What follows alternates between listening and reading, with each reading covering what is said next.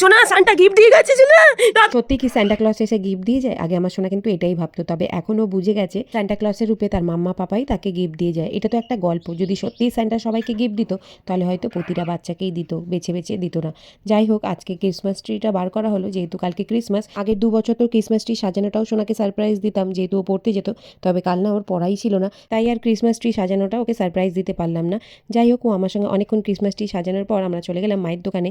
যেহেতু সোনার জন্য কোনো গিফটই কেনা হয়নি, তাই মায়ের দোকানে ওকে ভুলিয়ে ভালিয়ে রেখে কিছু জিনিসপত্র নিয়ে চলে আসলাম বাড়িতে। এই যে টুকিটাকি কটা জিনিস নিয়েছি ক্রিসমাস ট্রিতে সাজাবো বলে। আগের বছর ক্রিসমাসটা কেমন ছিল বলো তো? আমার পেটুতে সোনা পাপা ছিল, আর এই বছর দেখো সোনা পাপা আমার কোলে। মানুষের দিন দিন দিন কিভাবে চেঞ্জ হয়ে যায়, তাই না? সোনা বাড়িতে চলে এসেছিলো, ভুলিয়ে ভালিয়ে আবার দোকানে পাঠিয়ে আমি ব্লিঙ্কেট থেকে ওর জন্য কিছু গিফট অর্ডার করেছি।